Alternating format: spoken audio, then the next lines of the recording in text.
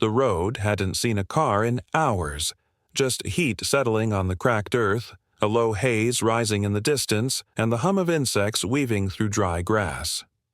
Morning light filtered through acacia branches, thin and pale, touching everything gently, except for the still shape near the edge of the road. He looked like the part of the dust at first. A tan and white figure curled in on itself, so motionless it might have been mistaken for something discarded. Only on closer approach did the outline reveal a narrow body, ribs stark beneath stretched skin, one ear twitching faintly at a passing fly. A dog, barely. The man was not expecting to stop. He had driven this road dozens of times, past rusted fences and wind-blown scrub. But the stillness pulled at him. He slowed. The engine quieted. He opened the door. There was no bark, no lift of the head. The dog remained pressed to the earth, chest moving with shallow effort. Dust clung to the fur around his muzzle. His front leg was turned awkwardly beneath him, the paw swollen, scraped raw. But worse than the injury was the silence, the way the dog didn't flinch as the boots approached. No growl, no retreat, just the weight of stillness. The man crouched slowly, his own breath catching. He reached out a hand, letting it hover a few inches above the thin flank. The dog didn't react. Only when fingers brushed lightly along the ribs did a tremor pass through the body, faint but present, not gone, not yet. He knelt fully now, one hand steady near the dog's side. "Hey," he said quietly, barely above a whisper. "I see you." There was no reply but a slow, shivering exhale. A small puff of dust lifted beneath the dog's nostrils and drifted away. The man looked over his shoulder, scanning the empty road. There was no signal, no traffic, just the hollow space of a quiet place far from help. He unzipped his jacket and slid it off, folding it into a rough cushion. With both hands, he gently lifted the dog's body, not off the ground, not yet, just enough to shift him so that his broken limb could rest straighter, unpinned. The dog moaned, a soft, cracked sound, then went quiet again. But his eyes had opened, if only halfway. They blinked once. Wind rustled dry seed pods overhead. The man settled beside the dog, jacket beneath him now, body curved protectively. He poured a few drops of water into his hand and held it close. The dog didn't drink, but his tongue moved once, dry and pink. Flies gathered at the edge of the injury, and the man waved them off gently, again and again. The sun climbed higher. No one passed. There was no plan forming, no grand decision. Only the quiet truth that he would not leave. Not yet. The dog's breathing slowed to a steadier rhythm.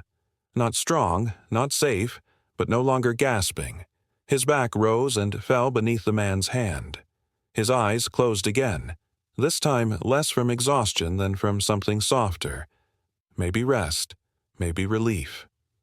In the distance, the air shimmered above the earth. Faraway birds called once, then fell silent.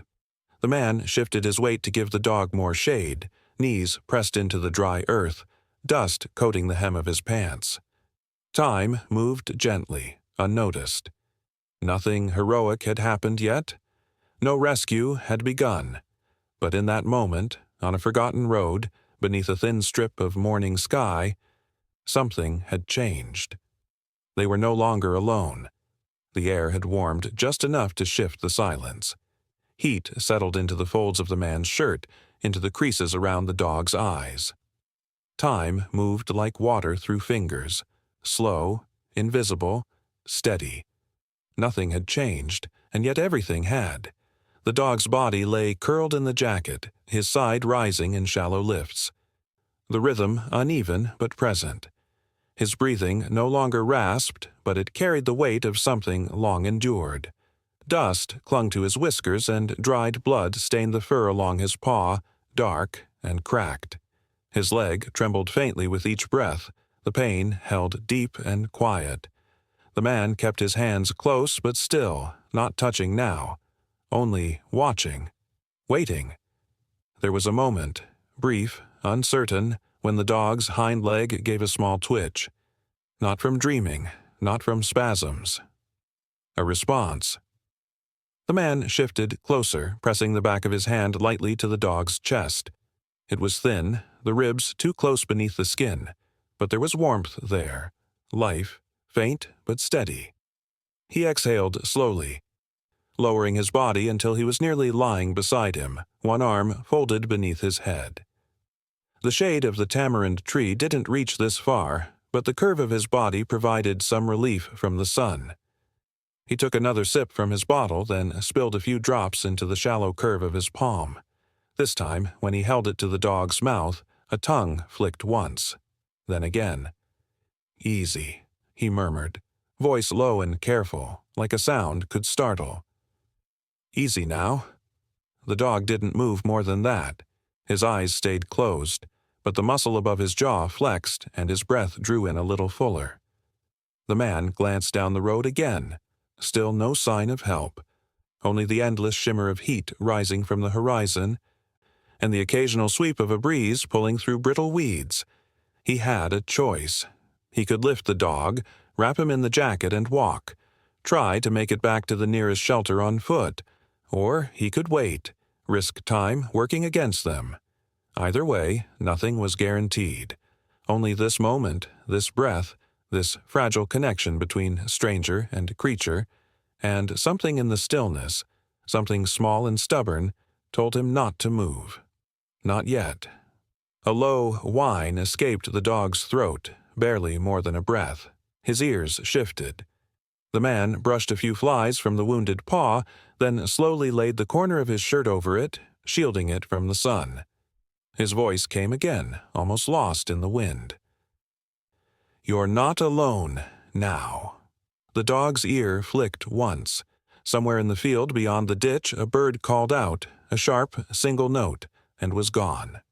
The world around them remained unchanged, but beneath the weight of that afternoon, a quiet choice had taken root, the kind of choice that didn't come with answers or promises, only presence. So he stayed.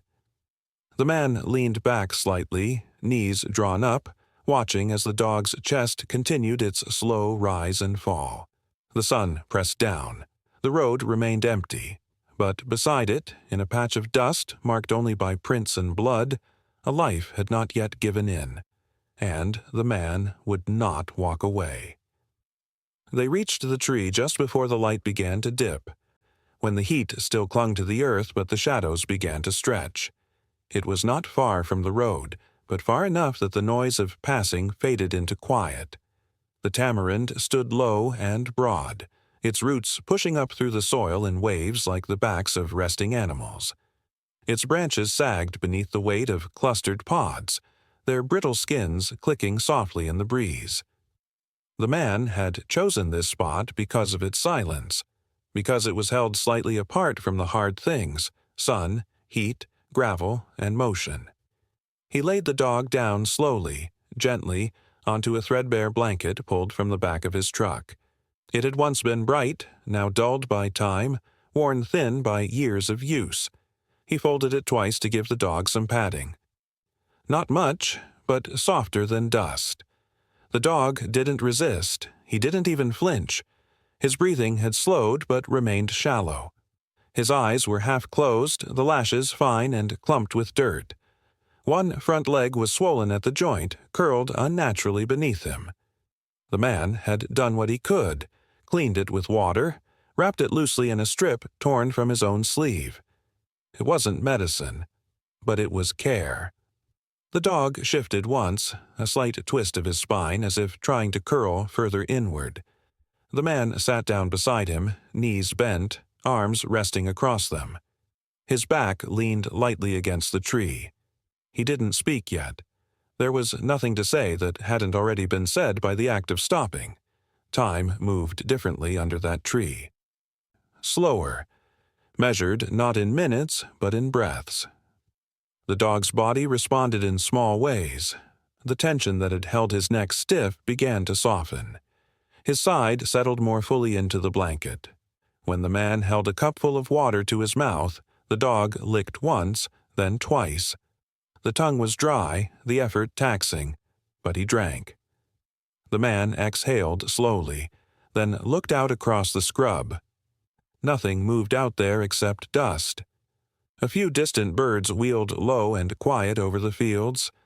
The sun, half lowered now, threw slanted light through the branches, drawing patterns across the dog's body, light and leaf and bone. He reached into his jacket and drew out another strip of cloth. He dipped it in the remaining water and wrung it slowly. Then he leaned forward and began to clean the dog's face. There was no resistance. He worked carefully, brushing around the eyes, lifting flecks of dried blood from the fur around the muzzle. The dog's ears twitched at the touch but didn't fold back. He let it happen. For a long while, nothing else stirred. The man whispered something under his breath, words not meant to be heard, only meant to anchor. Then silence again. The kind of silence that comes only with patience. Birdsong came and went. A dove called once, answered, then fell quiet. The grasses shifted with the wind, and the tamarin's pods clicked and creaked. Somewhere nearby, a beetle crawled up the dog's side and was brushed off by the man's slow hand. The dog's eyes opened further, still clouded, still rimmed in pain, but no longer absent. He watched the man now, not sharply, not fully, but watched. There was no trust in it yet. But there was the beginning of something like acceptance. The man didn't reach to touch him again. He let the stillness speak instead. Another hour passed. The wind picked up slightly, cooling the sweat that had gathered behind the man's neck. He stood once, stretched slowly, and walked a short distance to gather a few small sticks. He didn't light a fire, just stacked them, just in case. The dog followed him with his eyes. When the man returned, he sat further away this time, gave the dog space, laid his jacket over his knees, and leaned back again. A long breath escaped his chest. There was no plan forming, no timeline, just waiting, watching. From time to time, the dog shifted. His paws twitched. He lifted his head once, then let it fall. But when the man moved, so did he, eyes tracking, body alert. His pain remained. His breath was still caught in the shallows, but something in him had begun to tether to the stillness. Not to the man yet, but for the moment. The man poured the last of his water into the shallow tin. This time, the dog drank more. A slow lap, then another. His tongue moved across the water without spilling it. The sun dropped further, light bleeding orange and rust through the trees. Eventually, the dog turned slightly, rolling off his side to a half-crouch. His legs shook beneath him. The wounded one refused to bear weight, but he stayed upright. His tail, long and bone-thin, curled loosely across the blanket. The man spoke again, just one line. "You're almost there." The dog blinked slowly. It was then that he took a single step toward the man, not with intention, but as if his body had forgotten to resist. His paw landed on the edge of the man's boot. He didn't move it. The man didn't respond. He didn't reach out. He just let the contact stay. The tree above them sighed in the breeze. Night had not yet come, but the day had begun to leave. In the distance, a call rose from the fields. Another dog, perhaps, or something else wild and passing. The sound was faint, almost swallowed by the land. But both man and dog turned their heads toward it. The pup lowered his chin to the man's foot and exhaled. A choice had been made.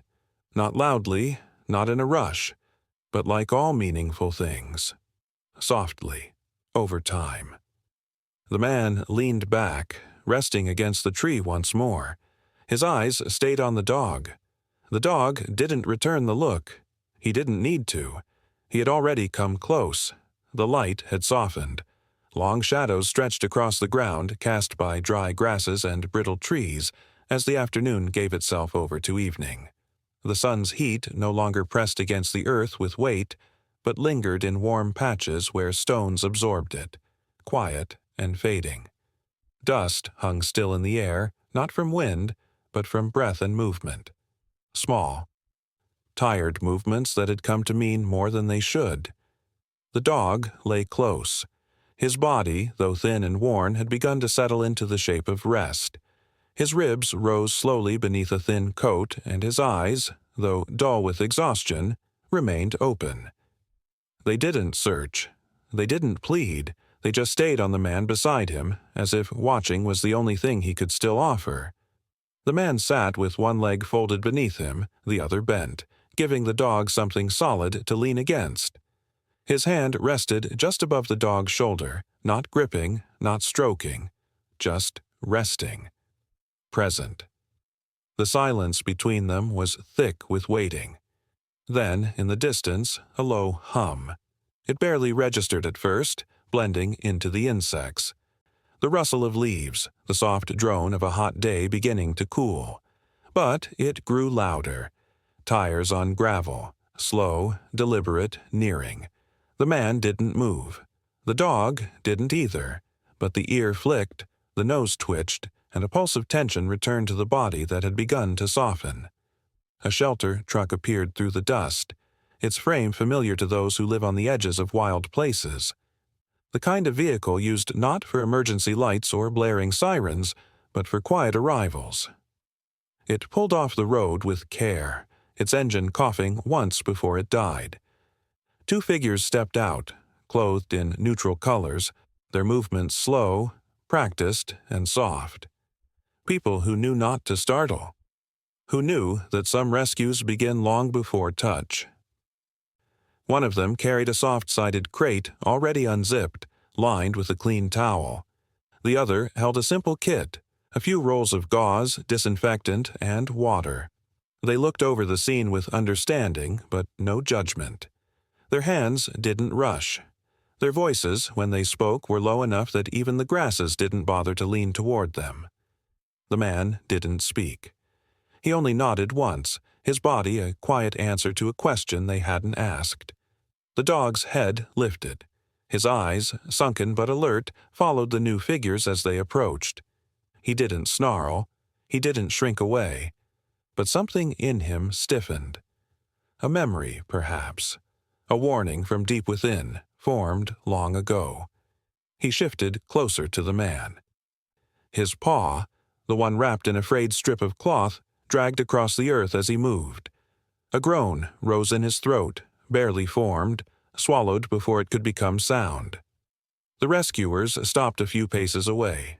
One crouched slowly, letting her bag rest against her thigh. She said nothing to the dog. Her eyes stayed level with his. She didn't extend a hand. Instead, she looked at the man. A silent question. He nodded again, this time smaller. A breath. The second rescuer set the crate down, its opening facing the dog. The towel inside bore the faint scent of lavender and bleach, something clean but unfamiliar. The dog's nostrils flared, his ears tilted back. The man shifted now, gently removing his hand from the dog's shoulder. He moved to stand, just slightly, but before he could rise, the dog pushed forward. It wasn't strong, but it was clear. The dog pressed his body into the man's leg, leaning into him with all the weight he had left. His body trembled, his injured paw half-curled beneath him. He didn't whine. He didn't bark, but the intention was unmistakable. He would not leave. Not without him. The rescuers paused. Not out of surprise, but reverence. They knew this kind of moment, the weight of it, the truth held in it.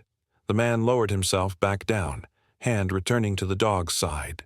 His voice came, low and steady. "It's all right," he said. Just those words, nothing more. The dog didn't move away. He stayed pressed against the man, his breath quickening as adrenaline surged in a fragile body. But he didn't bolt. He didn't collapse. He just remained, body trembling, resolved, unbroken. The woman waited a long while before speaking. "We don't have to move him yet," she said gently. "We've got time." The man nodded, but his eyes stayed on the dog. In the distance, the wind changed. A dry current moved across the land, lifting dust into the air, carrying the scent of sun-warmed bark and dry grass. The sky had begun to shift, its blue bleeding slowly into amber. The evening is close now. Minutes passed without action, just presence, the kind of waiting that isn't passive, but full. A pup in the shape of a dog, holding ground beside the one who had stopped for him. Eventually, the man reached into the crate and removed the towel. He folded it, placed it beside them, and slowly helped the dog lower his body onto it. There was no protest.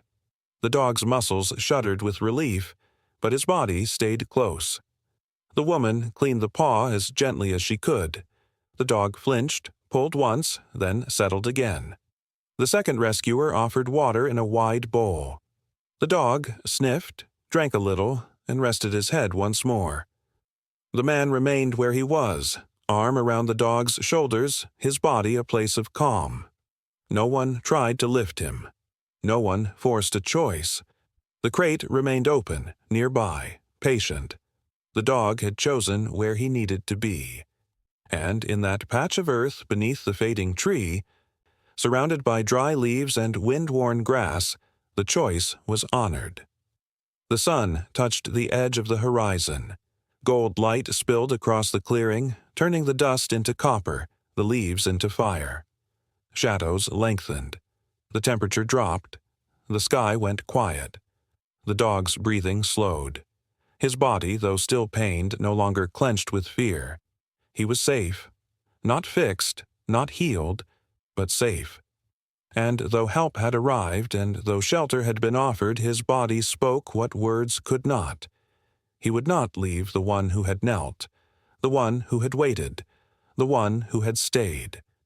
Some moments are not about rescue. They are about recognition. And the heart, when it finds what it trusts, does not easily let go. The brush barely moved at first.